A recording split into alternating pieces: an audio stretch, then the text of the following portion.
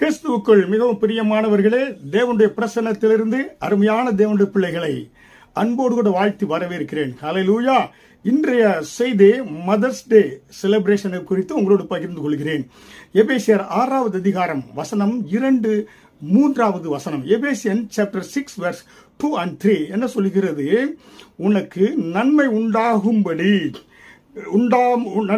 நன்மை உண்டாயிருப்பதற்கும் பூமியிலே உன் வாழ்நாள் நீடித்திருப்பதற்கும் உன் தாயையும் தகப்பனையும் கனம் பண்ணுவாயாக. Honour your father and mother. Ephesian chapter 6 verse 2 and 3 நம்ம பார்க்கின்ற பொழுது இவ்வளவு சொல்கிறது. இன்றைக்கு நாம் ஒவ்வொரு தாயாரையும் நம்ம கனப்படுத்தக்கூடிய ஒரு நாள். ஹல்லேலூயா.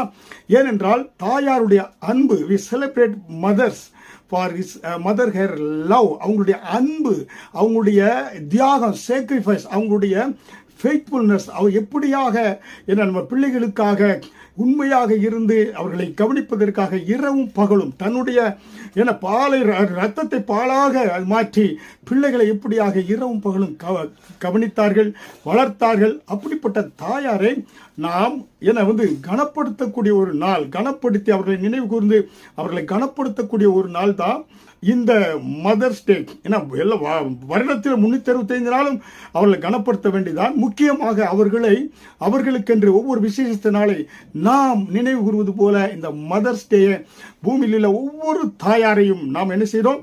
அவங்க பாட்டியாக இருந்தாலும் அவங்க ஒரு தாயாராக இருந்தாங்க, அவங்க நமக்கு ஒரு தாயார். அதே போல ஒவ்வொரு ஸ்பிரிச்சுவல் மதர் ஒரு தாயார். அப்படிப்பட்ட அந்த தாயார்களை கனப்படுத்தக்கூடிய ஒரு நாள் தான் இந்த மதர்ஸ் டே. ஹல்லேலூயா. அருமையான தேவனுடைய பிள்ளைகளை, ஒருவேளை தாயார் இழந்திருந்தால் கூட அந்த அன்பு, தாயோட அன்பை ஏங்குகிற ஒவ்வொரு பிள்ளைகளுக்காக பிரார்த்தனை செய்கிறேன். தேவன் உங்களுக்கு நல்ல அந்த தாயை போல நேசிக்கக்கூடிய அன்பை தேவன் உங்களுக்கு கொடுப்பார். தாயின் அன்பினாலே உங்களை அரவணைத்து கர்த்தர் நடத்தக்கூடியவராக இருக்கிறார். ஹல்லேலூயா. அதனாலே தேவன் நமக்கு கொடுத்த மாபெரும் கொடை அன்பு. தாய் கொடுத்தாங்க. தாயினுடைய அன்பு நமக்கு கிரேட்னஸ் கிஃப்டாக இருக்கிறது. ஹல்லேலூயா. அருமையான தேவனுடைய பிள்ளைகள், அதனால் தான் இந்த தாயார்களை எல்லாம் நாம் எப்படியாக வேத வசனத்தின்படி, நீதிமொழிகள் 31வது அதிகாரம் வசனம் 28 படி, Proverbs chapter 31 verse 28 and 29 சொல்கிற பிரகாரம், அவள் பிள்ளைகள் எழும்பி அவளை பாக்கியவதி என்கிறார்கள்.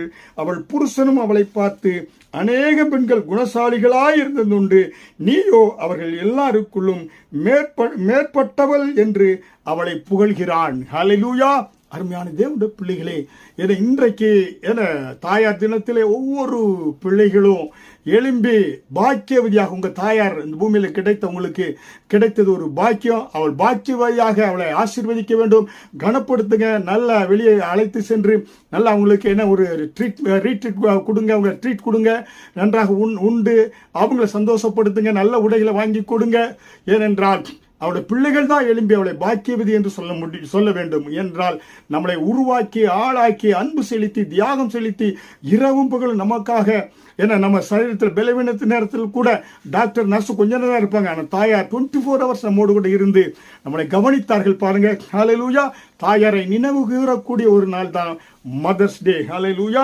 அதனாலே அந்த பாருங்க, தாயாரை கனம் பண்ணுகின்ற பொழுது உனக்கு நன்மை உண்டாகும், நீடித்த நாட்களின் கர்த்தர் பிளஸ் ஆண்டவர் நமக்கு போனஸாக ஆசீர்வாதத்தை கொடுக்கிறார்.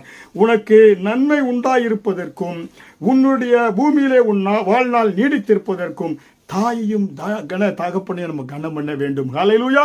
வேதவசனம் சொல்கிறபடி அப்படியாக தாயும் தகப்பனை கனம் பண்ணி நீங்க நன்மையை பெற்றுக்கொள்ளுங்க. நீடித்த தாயோடு கூட வாழுங்க. உங்க தாயாரை பாக்கியவதி என்று நீங்க வாழ்த்துங்க. ஹல்லேலூயா. பரிசுத்த ஆவியானவர் அப்படியாக உங்களுக்கு உதவி செய்வார்.